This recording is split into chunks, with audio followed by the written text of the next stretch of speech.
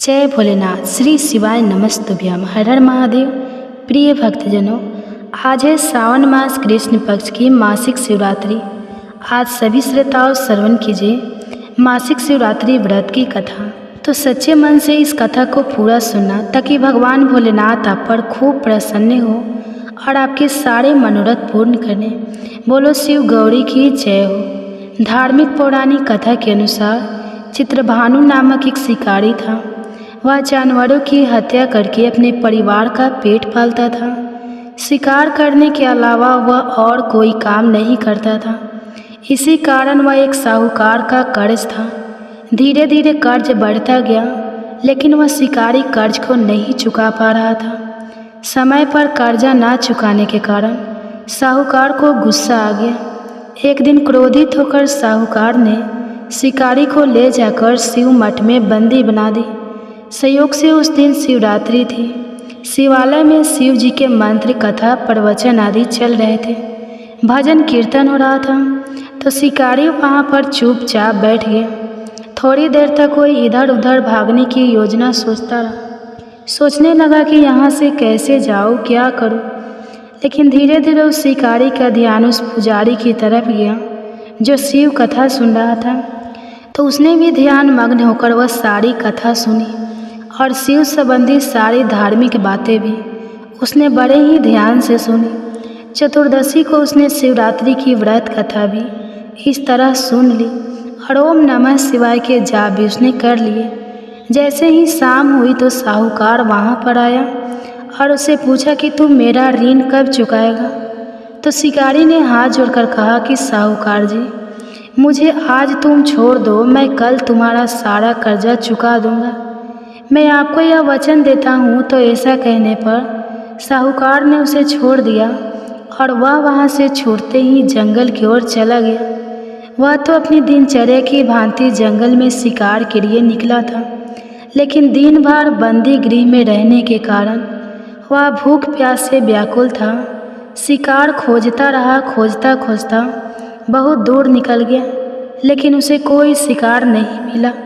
वह बुरी तरह से थक चुका था। जब अंधेरा हो गया तो उसने विचार किया कि आज तो पूरी रात जंगल में ही बितानी पड़े। तो वह ऐसा सोचकर वही जंगल में एक तालाब के किनारे एक बेल वृक्ष पर चढ़ गया। उसी पर चढ़कर रात बिताने का इंतजार करने लगा। उसी पेड़ के नीचे एक शिवलिंग था जो बेलों पत्रों से ढका हुआ था। शिकारी को उस बात का पता नहीं था। पड़ाव बनाते समय उसने जो टहनियाँ काटी थी वह संयोग से शिवलिंग पर गिरती चली गई। इस प्रकार दिन भर भूखे प्यासे शिकारी का व्रत पूरा हो गया और शिवलिंग पर बेल पत्र भी चढ़ गए। जब रात्रि का एक पहर बीता तो एक गर्भवती हिरनी तालाब पर पानी पीने के लिए आई। जैसे ही उसके पानी पीने की आवाज़ हुई तो शिकारी ने धनुष पर तीर चढ़ाकर जय ही प्रत्यक्षा खींची तो हिरनी बोली कि हे शिकारी, मैं गर्भवती हूँ, मुझ पर तीर मत चलाना। तुम एक साथ दो जीवों की हत्या कर दोगी, जो ठीक नहीं है। मैं अपने बच्चे को जन्म देकर बहुत ही जल्द तुम्हारे पास आऊँगी, तब मुझे मार देना। इस तरह वह गिड़गिड़ाने लगी तो शिकारी ने प्रत्यक्षा ढीली कर दी और हिरनी जंगली झाड़ियों में लुप्त हो गई। प्रत्यक्षा चढ़ाने तथा ढीली करने से उस समय भी कुछ बेलपत्र टूटकर शिवलिंग पर जा गिरी। इस तरह अनजाने में ही उसके प्रथम पहर की पूजा भी हो गई। थोड़ी ही देर बाद एक हिरनी वहाँ पर और आ गई, तो उसे देखकर शिकारी बहुत ही खुश हुआ। जैसे ही वह नज़दीक आई तो उसने फिर धनुष पर बाण चढ़ाया। तब उसे देखकर हिरनी ने बड़ी ही विनम्रतापूर्वक निवेदन किया कि हे शिकारी, मैं थोड़ी देर पहले ऋतु से निर्वित हुई हूँ, कामातुर विरहिणी हूँ, अपने प्रिय की खोज में भटक रही हूँ। मैं अपने पति से मिलकर शीघ्र ही तुम्हारे पास आ जाऊँगी। तो मुझे छोड़ दो, मैं तुम्हें वचन देती हूँ कि मैं तुम्हारे पास आऊँगी। तो शिकारी ने उसे भी जाने दिया। 2 बार शिकारी को खोकर उसका माथा टनका।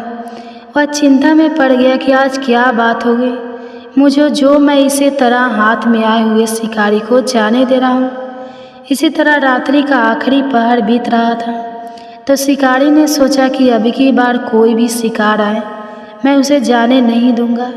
इस तरह शिकारी के 2 पहर की पूजा बड़े ही विधि पूर्वक संपन्न हो गई थी। तभी तीसरा पहाड़ बीतने वाला था कि एक अन्य हिरनी अपने बच्चों के साथ वहाँ से निकली। शिकारी के लिए तो यह तो बहुत ही सुनहरा अवसर था, तो उसने जल्दी से धनुष पर तीर चढ़ाया और वह तीर छोड़ने ही वाला था कि हिरनी देखकर बोली कि हे शिकारी, मैं इस बच्चों को इनके पिता के हवाले करके लौट आऊँगी। इस समय तुम मुझे मत मारो, मैं तुम्हें वचन देती हूँ कि मैं लौट कर आऊँगी।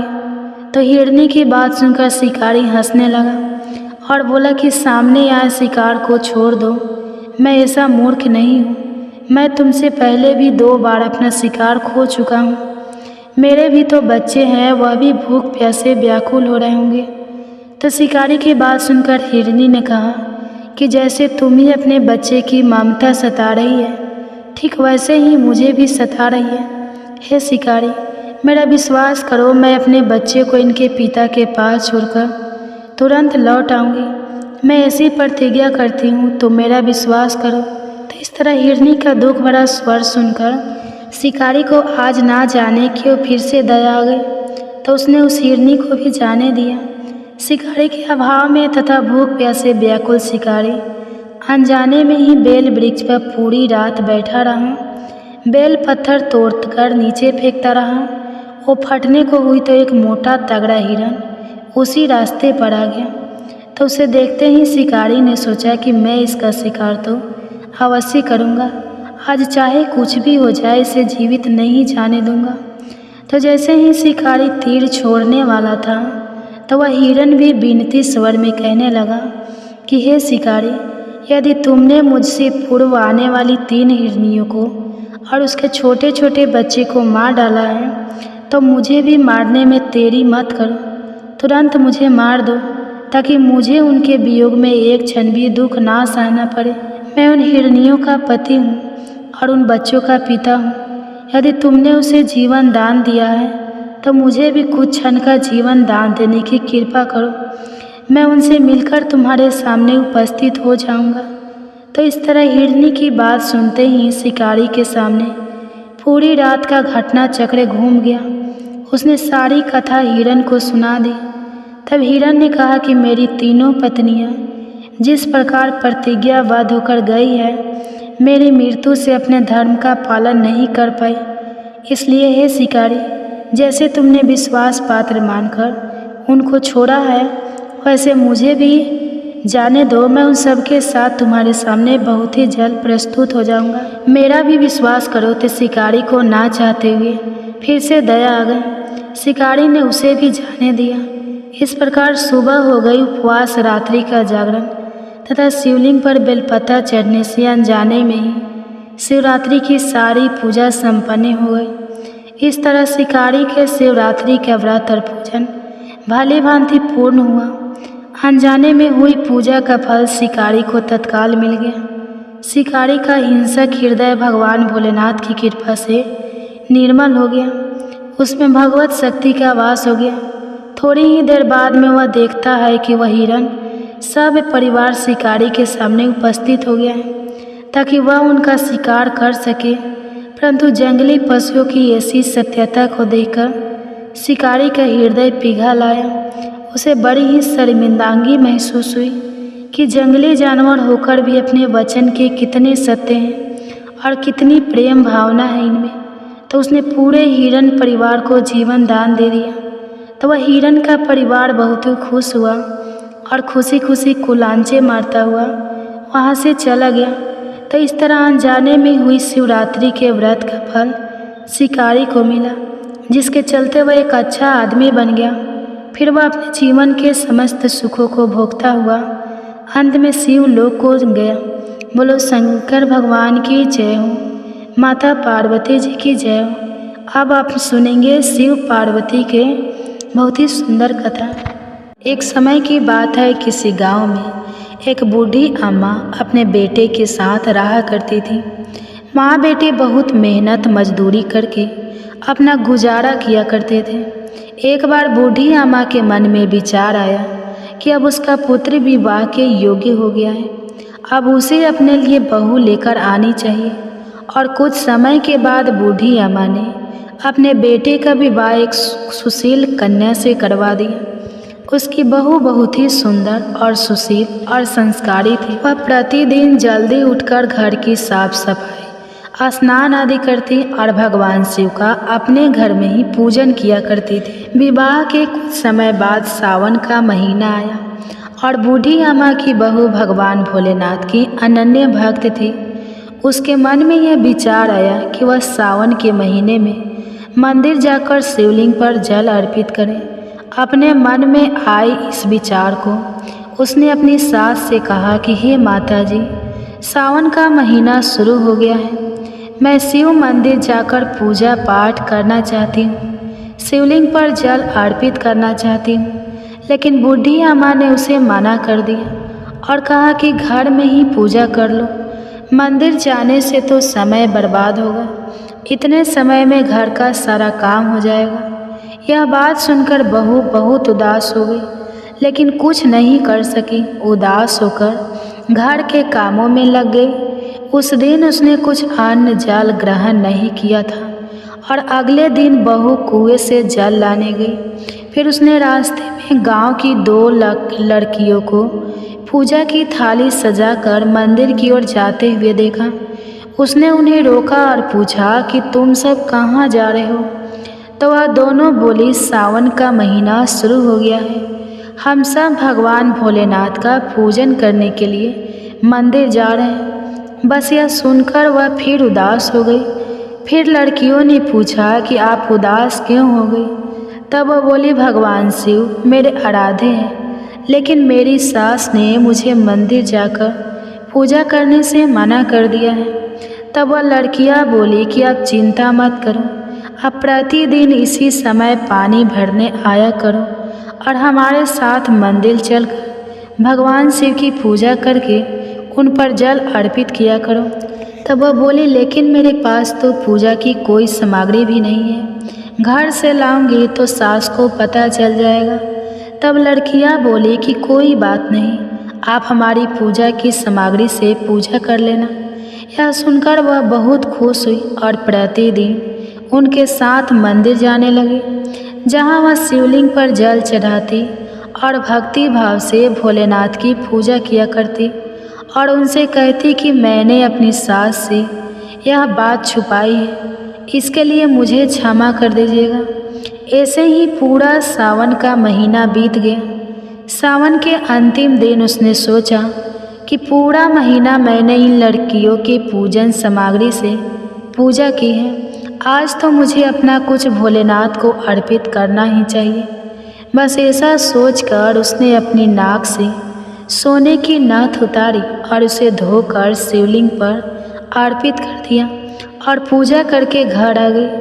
घर आकर वह अपनी सास से नज़र छुपाकर इधर उधर घूम रही थी, क्योंकि वह जानती थी कि उसकी नाक में नथ ना देखकर सास जरूर पूछेगी कि नथ कहाँ गई। ऐसे ही दोपहर हो गई, तभी अचानक सास की नज़र उसकी नाक पर गई और नाक में नथ ना देखकर सास ने पूछा कि अरे बहू, तुम्हारी नथ कहाँ गई? तो वह बोली कि माँ जी, मुझे नहीं पता, शायद कहीं गिर गई होगी। फिर सास बोली, अच्छा तो यह बताओ कि तुम आज कहाँ कहाँ गई थी, वहीं जाकर हम दोनों ढूंढ लेंगे। बहू बोली, मैं सुबह पानी भरने के लिए गई थी, तब तक तो मेरी नाक में नथ थी, उसके बाद मैं अपने उपने थापने के लिए गई थी। फिर सास बोली कि चलो वहीं चलकर देखते हैं। दोनों वहां पहुँचे जहां बहू ने आज उपले थापे थे। सास ने बहू से कहा कि चलो अब ये उपले तोड़कर देखते हैं। दोनों सास और बहू उपले तोड़ने में लग गई। जैसे ही दोनों ने उपले तोड़े, दोनों के उपले में एक एक नथ निकली। सास बोली कि नथ तो एक ही थी, यह 2 कैसे हो गई? इसके बाद सास ने एक एक करके सारे उपले तोड़ना शुरू कर दिए। अब सास उपले तोड़ती जाए और उन सब में से नथ निकलते जाए। सास ने बहू की ओर देखा और पूछा कि यह क्या मजा है? तब बहू ने सास से क्षमा मांगते हुए सारी बात उन्हें बता दी और कहा, यह भगवान भोलेनाथ ही आशीर्वाद है। आज मैंने सावन की समाप्ति पर उन्हें अपनी नथ अर्पित की थी और उन्होंने मुझे इतनी सारी नथ वापस कर दी। सास बहू की बात को सुनकर बहुत खुश हुई और बोली, सावन माह में स्नान, जप, तप और दान का इतना महत्व है, तो अगले साल से हम दोनों मिलकर शिवलिंग पर जल चढ़ाएंगे और पूजा पाठ करेंगे। अगला सावन का माह आने पर दोनों सास बहू ने नियम से सावन का स्नान किया, पूजा पाठ किया, जप तप किया। भगवान भोलेनाथ की कृपा से बूढ़ी अम्मा का घर अन्न धन के भंडार से भर गया। बहू को एक सुंदर पुत्र रत्न की प्राप्ति हुई। हे भोलेनाथ, जैसी कृपा आपने बूढ़ी अम्मा और उनकी बहू पर की, वैसे ही इस कहानी को सुनने वाले, सुनाने वाले और हुंकारा भरने वाले सभी पर करना। ओम नमः शिवाय। हर हर महादेव। तो ये थे सावन मास में सुनने वाले भगवान शिव के सच्चे भक्त की कहानी। आपको कैसा लगा कमेंट्स करके ज़रूर बताएं। अगर वीडियो अच्छी लगी है तो लाइक कीजिएगा, चैनल पे नए हैं तो चैनल को सब्सक्राइब करके साथ ही बेल आइकन प्रेस कर लीजिएगा, ताकि ऐसे ही वीडियो की नोटिफिकेशन आप सबके पास सबसे पहले पहुँचे। हो सके तो ज़्यादा से ज़्यादा अपने फैमिली फ्रेंड के साथ शेयर कीजिएगा। प्रिय श्रोताओं, यह कोई साधारण कथा नहीं है, यह है एक अलौकिक प्रेम गाथा, जहाँ शिव पार्वती का प्रेम, लक्ष्मी नारायण का त्याग और सावन की हर बूंद में छिपा है एक दिव्य रहस्य। प्रिय श्रोताओं, अगर आप इस कथा को अधूरी छोड़ देंगी तो शायद भगवान शिव की कृपा भी अधूरी रह जाए। इसलिए पूरा इसे अंत तक सुनना, क्योंकि हर पल हर शब्द में छुपा है आपकी आत्मा को छू लेने वाला सच्चा प्रेम। मेरी प्यारी बहनों, सावन में शिव की इस प्रेम लीला को महसूस कीजिए। सखियों, सावन का प्रथम सोमवार था। कैलाश पर्वत पर हर दिशा में मेघों की गूंज उठ रही थी। आकाश में काले बादल उमड़ घुमड़ रहे थे। बर्फीली कैलाश पर भी एक अनोखी हरियाली छाने लगी थी, मानो प्रकृति स्वयं सावन के स्वागत में फूल बिछा रही हो। माँ पार्वती अपनी कुटिया के बाहर बैठी थी। हाथ में तुलसी के पत्ते और फूल थे और उनकी आंखें आकाश की ओर टिकी थी, जैसे किसी प्राचीन रहस्य को पढ़ रही हो। तभी शिव जी ध्यान से बाहर निकले। उनकी जटाओं से गंगा की एक पतली धार गिरती रही और उनकी आंखों में सावन की मस्ती की चमक थी। देवी शिव बोले, आज का दिन कुछ विशेष है। प्रकृति के बीच कोई रहस्य हिलोर मार रहा है। पार्वती मुस्कुराई, स्वामी, यह वही दिन है जब मैंने 8 जन्मों की तपस्या पूरी की थी, लेकिन आज का सावन कुछ अलग क्यों प्रतीत हो रहा है। तभी दक्षिण दिशा से एक मधुर ध्वनि उठी, घुंघरू और शंख की स्वर लहरिया, और तभी आकाश में एक दिव्य रथ उतरा जिसमें लक्ष्मी नारायण विराजमान थे।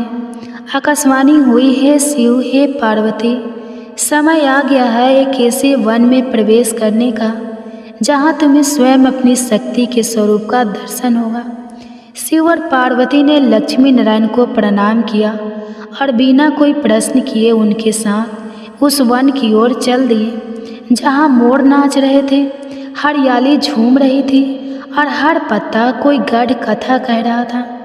वह वन कोई साधारण वन नहीं था। वहाँ हवा में चंपा और बेला की खुशबू थी और जमीन पर बिछे थे बेलपत्रों के स्वर्णिम धागे। मोर पंख फैलाकर नाचते थे, मानो कोई दिव्य रस में निभा रहे हो। जैसे ही चारों देवता उस वन में पहुँचे, वृक्षों ने अपने आप रास्ता दे दिया। एक पुरातन वृक्ष के नीचे एक स्त्री बैठी थी। उसकी आंखों में सारा ब्रह्मांड समाया हुआ था। वह देवी नहीं थी, पर सामान्य भी नहीं लगती थी। उसने शिव को देखा, पार्वती की ओर देखा, फिर लक्ष्मी और नारायण की ओर। स्वागत है त्रिपुरारी, स्वागत है बैंड के वासी। क्या तुम उस रहस्य को जानने आए हो जो तुम्हारे भीतर ही छिपा है, पर आज तक तुमने उसे पहचाना नहीं। पार्वती की आंखों में जिज्ञासा भर गई। हे माथे पर आप कौन हैं और कौन सा रहस्य? उस स्त्री ने मुस्कुराकर कहा, मुझे लोग वंश कहते हैं। मैं उसी प्रेम की प्रतिनिधि हूँ जो सावन में हर कण में बहता है, और आज तुम चारों को वो दर्शन होगा जो इस ब्रह्मांड में केवल एक बार संभव होता है। शिव ने पहली बार हल्के से हाथ जोड़े और बोले, कृपा करे हमें उस यात्रा पर ले चले। बाजिया ने अपनी आंखें मूंदी और एक मंत्र उच्चारित किया। तभी एक जलधारा फूट पड़ी, जिससे एक दीप निकलकर आकाश में लहराया और एक नई भूमि पर गिरा। एक भूमि जो इस युग में नहीं थी, शायद किसी अन्य लोक में। और फिर वन्या की आंखों से निकली ज्योति जब आकाश को चीरती हुई उस अन्य लोक की भूमि पर गिरी, तो समस्त ब्रह्मांड जैसे एक पल को शतबद्ध हो गया, चारों ओर गूंजने लगा। प्रेम लोक एक ऐसा लोक जिसे आज तक ना देवों ने देखा, ना ऋषियों ने, ना ही स्वयं त्रिदेवों ने। शिव, पार्वती, लक्ष्मी और नारायण चारों उस ज्योति के पीछे पीछे उसी लोक में प्रवेश कर गए। वहाँ की धरती चांदनी से भी उज्जवल थी। वृक्ष मोती की पत्तियों ओढ़े खड़े थे और हर शाख पर एक मोर बैठा मधुर नृत्य कर रहा था। बारिश की बूंदें वहाँ धीमे धीमे गिरती थी, मानो हर बूंद कोई गीत गा रही हो। पार्वती ने धीमे स्वर में पूछा, स्वामी, क्या आपने पहले कभी ऐसा लोक देखा है? शिव मुस्कुराए, नहीं देवी, और मैं नहीं जानता हूँ। यह वही लोक है जो केवल उस प्रेम से प्रकट होता है जो निस्वार्थ हो, पूर्ण हो और निसंकल्प हो। तभी एक कमल की पंखुड़ी खुली और उसमें से एक आकाशवाणी निकली, जैसे स्वयं सृष्टि बोल रही हो। यह प्रेम लोक तुम्हारे भीतर का प्रतिबिंब है। जो प्रेम तुमने अपने हृदय में बोया है, वही तुम्हें इस द्वार तक लाया है। पर अब परीक्षा की घड़ी है। क्या तुम उस दिव्य बीज को पहचान पाओगे जो तुम्हारे भविष्य की लीला का आकार बनेगा? लक्ष्मी जी ने नारायण की ओर देखा और धीरे से कहा, स्वामी, यह तो कोई विशेष योग का समय प्रतीत होता है। क्या यह सावन की ही वह क्षण है जब देवताओं को भी अपने भीतर झांकना पड़ता है? नारायण ने धीरे से पार्वती की ओर देखा, फिर शिव से कहा, महादेव, यह भूमि केवल उसी को सत्य दिखाता है जो अपने प्रेम को संपूर्ण संपन्न मानता है। हमें अलग अलग जाना होगा। शिव और पार्वती एक पग पीछे हटे और लक्ष्मी नारायण एक पग आगे। तभी भूमि कांपी और चारों ओर उजाले की एक तेज लहर फैल गई। 4 द्वार प्रकट हुए। हर द्वार पर लिखा था, प्रेम का त्याग, प्रेम का धैर्य, प्रेम की मौन परीक्षा, प्रेम का बलिदान। वंजा फिर प्रकट हुई और उसने कहा, तुम्हें इन 4 द्वारों से होकर गुजरना होगा। हर द्वार पर तुम्हारे प्रेम की एक परत छूटेगी और जो अंत तक बचेगा वही सच्चा प्रेम कहलाएगा। शिव और पार्वती पहले द्वार पर पहुँचे। प्रेम का त्याग द्वार के भीतर प्रवेश करते ही वे एक अन्य अदृश्य में पहुँच गए। वहाँ एक सुंदर झील थी और उस झील के किनारे पार्वती अकेली बैठी थी। उनके नेत्रों में आंसू थे और शिव अदृश्य हो चुके थे। पार्वती की आवाज़ भराई हुई थी, स्वामी, आपने मुझे क्यों छोड़ दिया? क्या मेरी भक्ति में कुछ कमी रह गई? उस क्षण पार्वती के सामने एक वृद्ध स्त्री आई जो देखने में सामान्य थी, पर उसकी आंखों में काल के पार का ज्ञान था। उसने कहा, बेटी, प्रेम तभी सच्चा होता है जब त्याग कर देने पर भी तुम उसका सम्मान करो। शिव ने तुम्हारा त्याग नहीं किया। उन्होंने तुम्हें वह दृष्टि दी है जिससे तुम स्वयं को पहचान सको। पार्वती ने अपनी आंखें मूंद दी और कहा, अगर प्रेम केवल साथ में रहने का नाम नहीं बल्कि आत्मा से जुड़ने का नाम है, तो मैं शिव को छोड़कर भी शिवमय हूँ। दृश्य बदल गया। शिव और पार्वती फिर से द्वार के दूसरी ओर प्रकट हुए, एक साथ लेकर। अब उनके बीच कोई शब्द नहीं, केवल मौन था, पर उस मौन में प्रेम बह रहा था। लक्ष्मी नारायण भी अभी अपने द्वार से निकले। उन्होंने धन, वैभव और भव्यता को त्याग कर केवल कमल पुष्प के संग उस द्वार को पार किया था। उन्होंने कहा, जहाँ प्रेम है वहाँ धन वैभव का कोई मोल नहीं। चारों देव एक चौराहे पर फिर से मिले। वंज ने कहा, यह तो प्रारंभ था, अब अगला द्वार है धैर्य का द्वार। और तभी आकाश से एक बिजली सी गौधी। सावन की पहली तेज बारिश उस प्रेम लोक में होने लगी। मोर एक स्वर्ग में गा उठे, पेड़ों की शाखाएं लहराई और एक नई परीक्षा की आहट होने लगी। सखियों, सावन की वो पहली तेज वर्षा अब किसी आम बरसात जैसी नहीं लग रही थी। उसमें कोई रहस्य बस रहा था, जैसे हर बूंद के साथ कोई भाव उतर रहा हो और कोई छुपे प्रश्न भीग रहा हो। चारों देव उस चौराहे से अगली दिशा में बढ़े, जहाँ एक विशाल द्वार था जिस पर लिखल था प्रेम का धैर्य, जहाँ प्रतीक्षा ही परीक्षा है। जैसे ही शिव, पार्वती और लक्ष्मी नारायण ने द्वार पार किया, उन्हें एक अलग समय में पहुंचा दिया गया। समय वहाँ स्थिर नहीं था पर तेज भी नहीं। वहाँ हर क्षण एक युग जितना लंबा था और प्रतीक्षा सबसे कठिन साधना। इस द्वार के भीतर पार्वती स्वयं को एक घने जंगल में अकेली पाती है। आसमान पर घने बादल है, पेड़ बारिश में भीग रहे हैं और वो मोर टहनी पर बैठकर चुपचाप प्रतीक्षा कर रहे हैं, जैसे उन्हें भी किसी का इंतजार हो। पार्वती उस हरियाली में विचरण करती है और हर जगह शिव को ढूंढती है। स्वामी, आपने वचन दिया है साथ चलने का, कहा है आप अपनी वाणी में कांपता हुआ विश्वास था। उसी क्षण एक वट वृक्ष की छाया में एक वृद्ध रस प्रकट होती है। वही वंजय के स्वर के समान शांति उनके मुख पर है। वे कहते हैं, देवों, जब प्रेम को सिद्ध करना हो तो कभी कभी प्रेम स्वयं ही छूप जाता है ताकि उसका धैर्य देखा जा सके। पार्वती मौन हो जाती है और एक पत्थर के टुकड़ों पर बैठ जाती है। वह वहाँ 21 दिन तक बिना खाए पिए केवल शिव का नाम जपती रहती है। हर दिन सावन की वर्षा उन्हें भिगोती है, पर वह टस से मस्त नहीं होती। 21वें दिन एक कमल उनकी गोद में आ गिरता है, शिव की उपस्थिति का प्रतीक। पार्वती की आंखों में आंसू बहते हैं पर होठों पर मुस्कान है। अब मुझे विश्वास है प्रेम लौटे या ना लौटे, पर वह कहीं गया नहीं। उसी क्षण शिव एक पेड़ की ओर से बाहर आते हैं। उनकी आंखों में गर्व है। देवी, तुम्हारा प्रेम अब स्थिर हुआ है। जैसे गंगा हिमालय में बसी है, वैसे ही तुम मेरे हाथों में है, हृदय में है। वहीं दूसरी ओर लक्ष्मी जी एक कुटिया में बैठी प्रतीक्षा कर रही थी। नारायण को वह युद्ध ते हेतु भेज चुकी थी। प्रभु का लक्ष्य के लिए 7 वर्ष बीत जाते हैं। ना कोई संदेश, ना कोई ध्वनि, ना कोई स्वप्न। पर लक्ष्मी जी हर दिन नारायण के लिए दीप जलाती हैं और उस दीप की लौंग बिना बत्ती के भी जलती है। 7वें वर्ष के अंतिम दिन नारायण लौटते हैं, थके मगर शांत, और लक्ष्मी जी बिना एक शब्द कहे उनके चरणों में बैठ जाती हैं।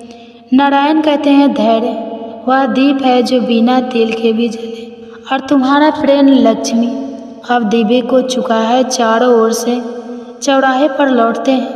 वंजा इस प्रकार स्वयं प्रकट होती है, पर अब वह पहले जैसी वृद्ध नहीं, अब वह एक सुंदर कन्या के रूप में प्रकट होती है। सिर पर मोर पंख और नेत्रों में आकाश जैसा विस्तार।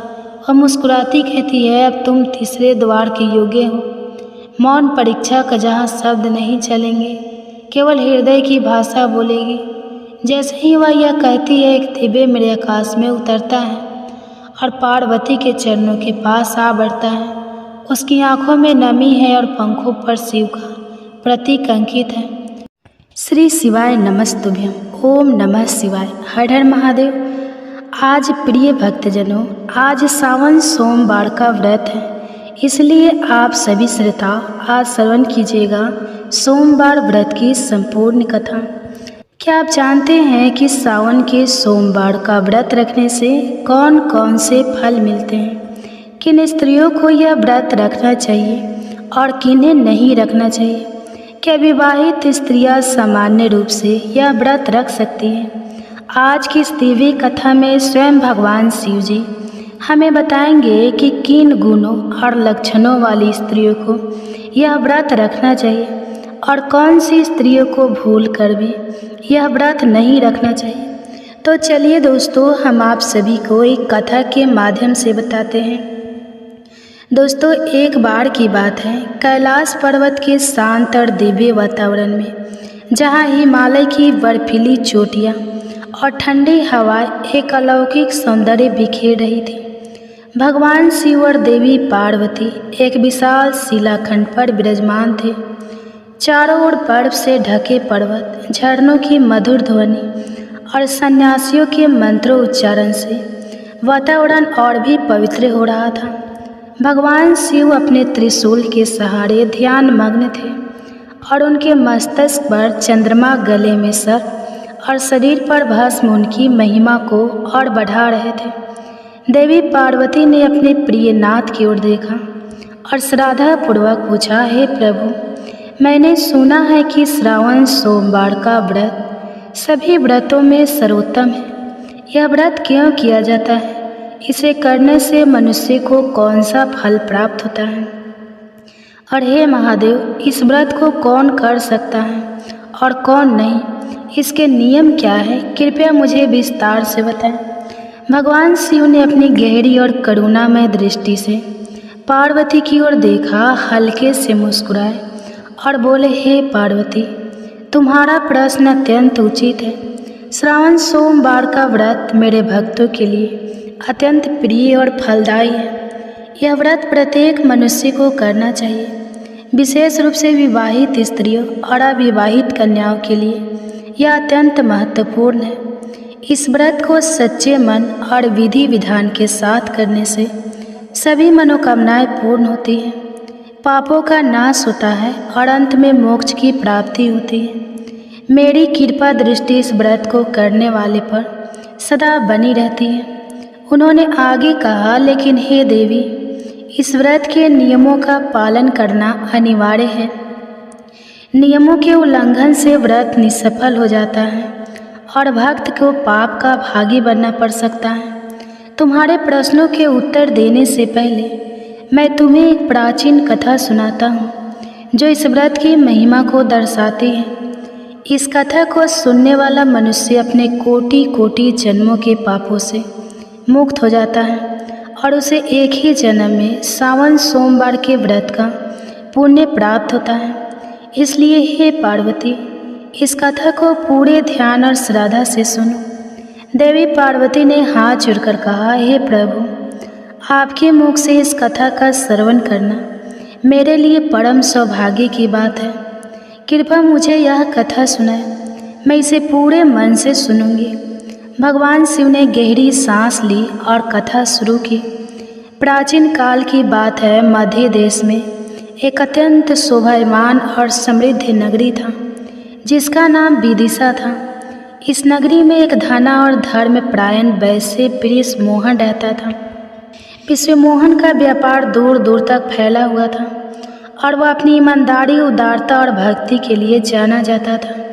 समाज में उसका बहुत सम्मान था और वह अपने धन का उपयोग गरीबों की सहायता, धर्मशालाओं के निर्माण और मंदिरों की रख रखाव में करता था। विश्वमोहन की पत्नी सुशीला एक पतिव्रता और भगवान शिव की परम भक्त थी। वह प्रतिदिन सूर्योदय से पहले उठकर स्नान करती, घर की सफाई करती और घर के छोटे से शिव मंदिर में पूजा करती। वह गंगा जल से शिवलिंग का अभिषेक करती, बेलपत्र, धतूरा और आग के फूल अर्पित करती और भस्म लगाकर शिव पंचाक्षर मंत्र का जाप करती। सुशीला का स्वभाव इतना कोमल और प्रेमपूर्ण था कि गांव की अन्य स्त्रियां उसे प्रेरणा लेती थी। विश्वमोहन और सुशीला का जीवन सुख, शांति और भक्ति से परिपूर्ण था। जैसे ही सावन मास का आगमन हुआ, सुशीला ने अपने पति विश्वमोहन से कहा, हे स्वामी, मैंने सुना है कि सावन सोमवार का व्रत भगवान शिव को अत्यंत प्रिय है। इसे करने से सभी मनोकामनाएं पूर्ण होती हैं और जीवन में सुख शांति बनी रहती है। मैं इस व्रत को करना चाहती हूँ। क्या आप भी मेरे साथ इस व्रत को करेंगे ताकि हम दोनों भगवान शिव की कृपा प्राप्त कर सके? विश्वमोहन ने सुशीला की बात ध्यान से सुनी और मुस्कुराते हुए कहा, हे सुशीला, तुम्हारी भक्ति और श्रद्धा मेरे लिए प्रेरणा है। मैं भी तुम्हारे साथ सावन सोमवार का व्रत करूँगा। हम दोनों मिलकर भगवान शिव की आराधना करेंगे और उनके आशीर्वाद से अपने जीवन को और सार्थक बनाएंगे। सावन मास का पहला सोमवार आया। सुशीला और विश्वमोहन ने पूरे विधि विधान के साथ व्रत रखा। सुशीला ने सुबह स्नान किया, घर के शिव मंदिर को स्वच्छ किया और गंगा जल से शिवलिंग का अभिषेक किया। उसने बेलपत्र, धतूरा और सफ़ेद फूल अर्पित किए, भस्म लगाया और घी का दीपक जलाकर मंत्र जाप किया। विश्वमोहन ने भी मंदिर में जाकर पूजा की और पूरे दिन उपवास रखा। दोनों ने मिलकर भगवान शिव की कथा सुनी और रात में फलाहार किया। गांव के अन्य भक्त भी उनके घर पर एकत्रित हुए और भगवान शिव की भक्ति में लीन हो गए। प्रत्येक सोमवार को विश्वमोहन और सुशीला ने पूरे नियम और श्रद्धा के साथ व्रत किया।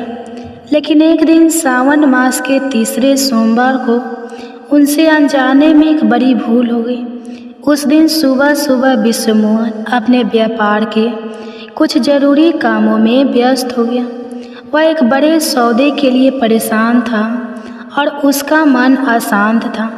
सुशीला ने उसे सांत्वना दी और कहा, स्वामी, आज सावन सोमवार है, आप मन को शांत करें और भगवान शिव की पूजा में लीन हो। विश्वमोहन ने सुशीला की बात मानी, लेकिन उसका मन अभी भी व्यापार की चिंताओं में डूबा था। सुशीला की सुंदरता और प्रेम पूर्ण व्यवहार ने उसके मन को कुछ देर के लिए शांत किया। इस प्रेम के क्षणों में दोनों ने अनजाने में शारीरिक संबंध स्थापित कर लिए। उन्हें यह नहीं पता था कि सावन सोमवार के व्रत के दिन ब्रह्मचर्य का पालन करना अनिवार्य है और इस नियम का उल्लंघन व्रत को भंग करने के समान है। इस भूल के कारण उनका व्रत टूट गया और एक महापाप उनके हिस्से में आ गया। सुशीला ने पूजा तो की, लेकिन उसका मन विचलित था। उसने सोचा कि शायद उसकी पूजा में कोई कमी रह गई। विश्वमोहन भी अपनी चिंताओं में डूबा रहा और पूजा में पूरी तरह ध्यान नहीं दे सका। कुछ दिनों बाद विश्वमोहन ने अपने व्यापार को और विस्तार देने के लिए विदेश जाने का निर्णय लिया।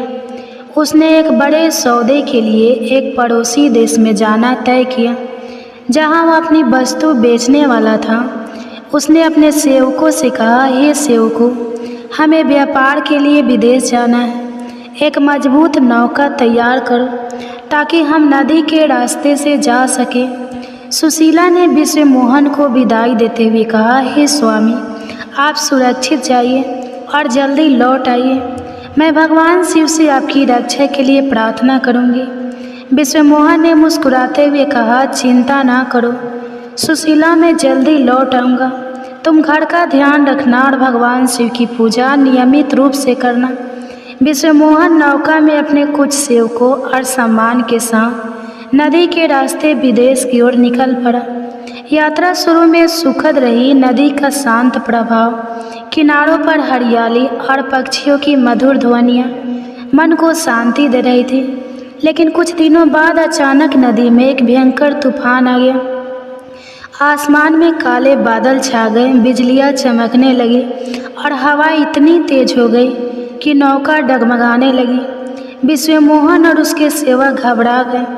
उन्होंने नौका को नियंत्रित करने की बहुत कोशिश की, लेकिन तूफान की तीव्रता के सामने उनकी सारी कोशिशें नाकाम रही।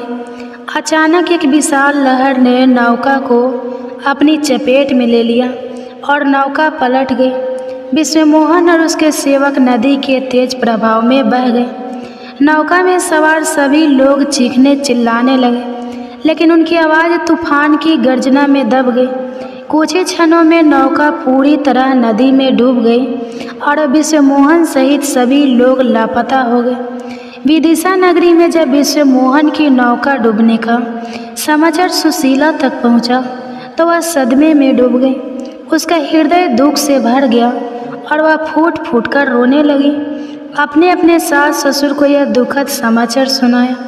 विश्वमोहन की माँ कमला को अपने पुत्र की मृत्यु का समाचार सुनकर गहरा आघात लगा। वह शोक और क्रोध से भर उठी। कमला ने सुशीला पर सारा दोष मढ़ते हुए कहा, अरे पापनी, यह सब तेरे पापों का फल है। तूने अवश्य ही कोई महापाप किया है, जिसके कारण मेरा बेटा इस तरह समय काल के गाल में समा गया। तो इस घर की लक्ष्मी नहीं, अभिशाप है। सुशीला ने रोते हुए कहा, हे माता, मैं एक पतिव्रता नारी हूँ। मैंने कभी अपने पति के लिए अशुभ नहीं सोचा। कृपया मुझे ऐसा ना कहें। मुझे विश्वास है कि मेरे पति जीवित हैं और भगवान शिव की कृपा से वे लौट आएंगे। कमला ने क्रोध में कहा, अरे कर लूठा, तू भोली बनने की कोशिश मत कर। तेरे जैसी पापनी स्त्रियों के पति जवानी में ही मर जाते हैं। तूने कोई घोर पाप किया है जिसके कारण मेरे बेटे को यह दंड मिला। अब तू इस घर में नहीं रह सकती, यहाँ से चली जा और जहाँ चाहे वहाँ जा। सुशीला ने गिड़गिड़ाते हुए कहा, माता, मेरे पति के सिवा मेरा इस दुनिया में कोई नहीं, कृपया मुझे घर से ना निकाले। लेकिन कमला ने क्रूरता से सुशीला को घर से बाहर निकाल दिया और कहा, जा उसी नदी में डूब मर जिसमें मेरा बेटा डूबा। तुझे इस घर में रहने का कोई हक नहीं। सुशीला अपने सास के कठोर शब्दों से आहत और अपने पति के वियोग में दुखी रोती हुई घर से निकल पड़ी। वह चलते चलते एक घने जंगल में पहुंच गई। जंगल में एक विशाल बरगद का वृक्ष था जिसके नीचे एक प्राचीन शिव मंदिर था। मंदिर का वातावरण शांत और पवित्र था। सुशीला ने शिवलिंग को देखा और उसके सामने बैठकर फूट फूट कर रोने लगी। उसने प्रार्थना की, हे भोलेनाथ, मुझसे ऐसी क्या भूल हो गई कि मुझे यह दंड मिला। आप तो दया के सागर हैं, आप सबको क्षमा कर देते हैं। फिर मेरे द्वारा ऐसा कौन सा पाप हुआ जो क्षमा के योग्य नहीं? कृपया मेरी भूल बताइए और मेरे पति की रक्षा करें। सुशीला ने घंटों तक शिवलिंग के सामने प्रार्थना की, लेकिन उसे कोई जवाब नहीं मिला। उसका मन और अधिक विचलित हो गया। उसने सोचा, यदि मेरे पति की मृत्यु के लिए मैं ही जिम्मेदारी हूँ तो मुझे जीवित रहने का कोई अधिकार नहीं। एक पतिव्रता स्त्री को अपने पति के साथ ही मर जाना चाहिए। यह सोचकर उसने आत्महत्या करने का निश्चय किया। वह उस नदी की ओर चल पड़ी जिसमें विश्वमोहन की नौका डूबी थी। जैसे ही सुशीला नदी के किनारे पहुंची और छलांग लगाने वाली थी, तभी एक चमत्कार हुआ। भगवान शिव एक साधु के रूप में प्रकट हुए। उनका स्वरूप तेजस्वी और शांत था। उन्होंने सुशीला का हाथ पकड़ा और कहा, हे पुत्री, रुक जाओ, यह क्या अनर्थ करने जा रही हो? आत्महत्या सबसे बड़ा पाप है। किसी भी मनुष्य को अपने प्राण लेने का अधिकार नहीं। सुशीला ने साधु को देखा और रोते हुए बोली, हे मुनिवर, मुझे जीवित रहने का कोई अधिकार नहीं है। मेरे पति उसी नदी में डूब गए और मैं उनके बिना नहीं जी सकती। न जाने मेरे द्वारा कौन सा पाप हुआ जिसके कारण ये विपत्ति आई। साधु रूपी भगवान शिव ने कहा, हे पुत्री, मैं तुम्हारे बारे में सब जानता हूँ। तुमने और तुम्हारे पति ने सावन सोमवार के व्रत के दिन ब्रह्मचर्य का पालन नहीं किया और संबंध स्थापित किए। यह व्रत के नियमों का उल्लंघन था, जिसके कारण तुम्हारा व्रत टूट गया और तुम्हें यह पाप लगा। लेकिन तुम्हारी भक्ति सच्ची थी और तुम्हारा पश्चाताप मुझे स्वीकार है। सुशीला ने कांपते हुए कहा, हे साधु महाराज, मुझे मेरी भूल का एहसास हो गया है। कृपया बताइए कि मैं इस पाप से मुक्त कैसे हो सकती हूँ और मेरे पति से मेरा मिलन कैसे होगा? साधु ने मुस्कुराते हुए कहा, हे पुत्री, भगवान शिव दयालु है। यदि तुम अगले सावन मास में विधि विधान से व्रत करोगी और ब्रह्मचर्य का पालन करोगी तो तुम्हारा पति तुम्हें अवश्य वापस मिलेगा। तुम्हें 1 वर्ष तक उस शिव मंदिर में रहना होगा जहाँ तुमने प्रार्थना की थी। वहाँ प्रतिदिन भगवान शिव की पूजा करना, गंगा जल से अभिषेक करना और बेलपत्र, धतूरा और भस्म अर्पित करना। अगले श्रावण मास में तुम्हारा व्रत सफल होगा और भगवान शिव की कृपा से तुम्हारा पति लौट आएगा। सुशीला ने साधु के चरणों में प्रणाम किया और कहा, हे महाराज, मैं आपकी बात मानूंगी। मैं अगले सावन मास तक भगवान शिव की भक्ति में लीन रहूंगी। साधु ने उसे आशीर्वाद दिया और अचानक अंतर्ध्यान हो गए। सुशीला को समझ आ गया कि साक्षात भगवान शिव ने उसे दर्शन दिए हैं। सुशीला उस शिव मंदिर में रहने लगी।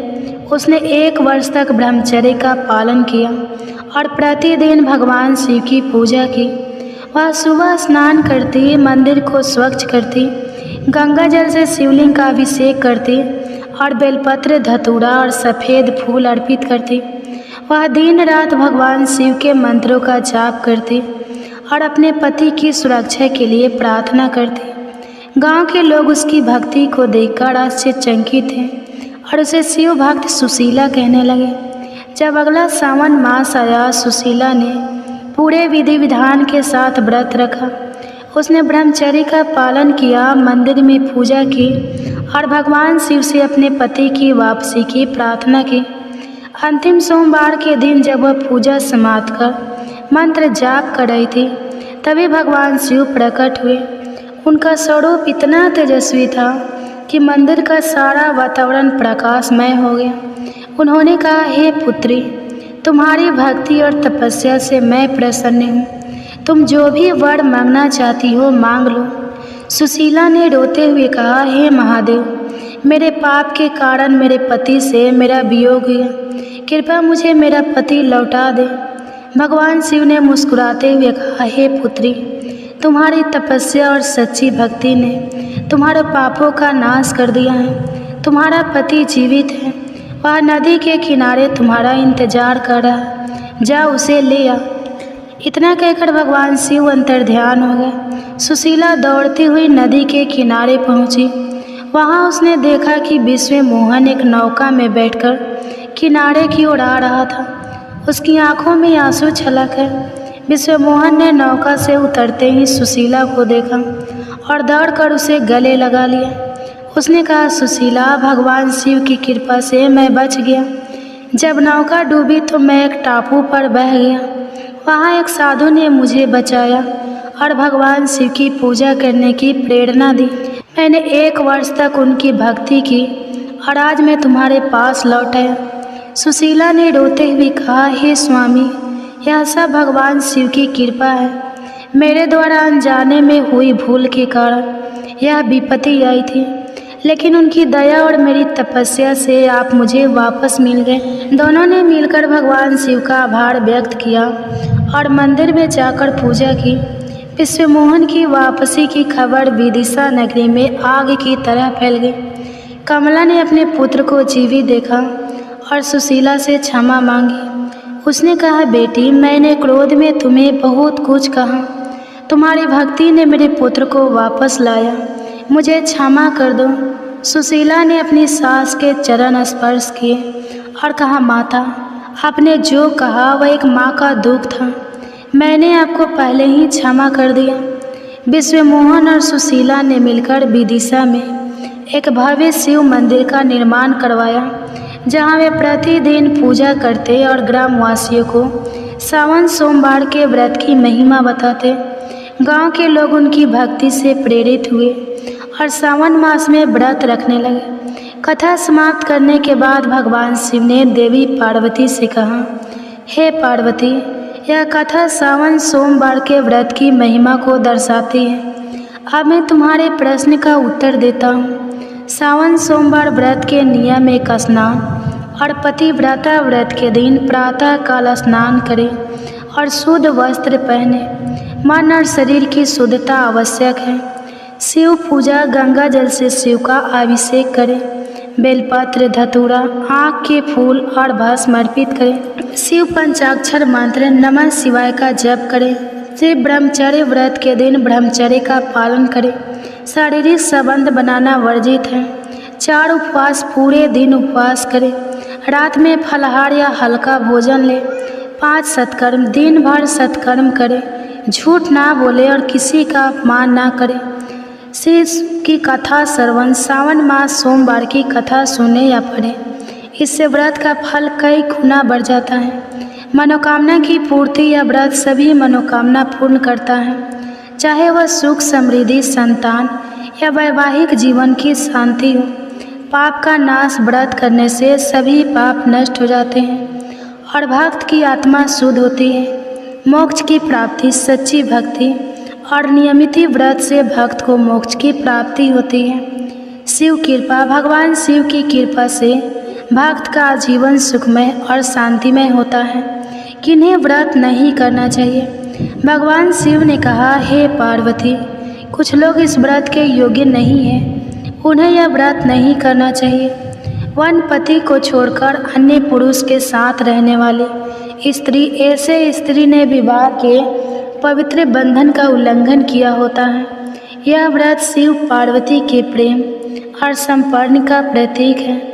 इसलिए ऐसी स्त्री को यह व्रत नहीं करना चाहिए। नंबर 2, पत्नी के अलावा अन्य स्त्री के साथ संबंध रखने वाला पुरुष। ऐसा पुरुष विवाह की निष्ठता तोड़ता है। यह व्रत केवल निष्ठावान लोगों के लिए है। 4, पति का अपमान करने वाली स्त्री। ऐसी स्त्री जो अपने पति का सम्मान नहीं करती, वह इस व्रत के पवित्र उद्देश्य को पूरा नहीं कर सकती। बुरा आचरण रखने वाले, कपटपूर्ण मन और बुरे आचरण वाले लोग इस व्रत के लिए योग्य नहीं है, क्योंकि यह व्रत आत्मशुद्धि और सत्कर्म का प्रतीक है। यह कथा सुनकर देवी पार्वती ने भगवान शिव को प्रणाम किया और कहा, हे प्रभु, आपकी कृपा से मैंने सावन सोमवार के व्रत की महिमा और नियम समझ लिया। यह कथा हर भक्त को प्रेरणा देगी।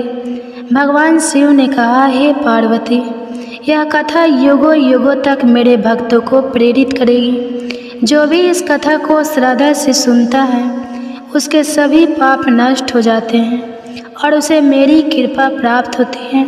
सावन सोमवार का व्रत सभी के लिए लाभकारी है। इसे सच्चे मन और नियमों के साथ किया जाए। दोस्तों, यह कथा हमें सिखाती है कि सावन सोमवार का व्रत सच्ची भक्ति, आत्म संयम और सत्कर्म का प्रतीक है। भगवान शिव की कृपा से कोई भी संकट असंभव नहीं है। हमें इस व्रत को विधि विधान से करना चाहिए और नियमों का पालन करना चाहिए। यदि अनजाने में कोई भूल हो जाए तो पश्चाताप और सच्चे भक्ति से भगवान शिव से क्षमा कर देते हैं। तो आइए इस श्रावण मास में हम सभी सच्चे मन से भगवान शिव की पूजा करें, उनके व्रत का पालन करें और हर हर महादेव का उच्चारण करें।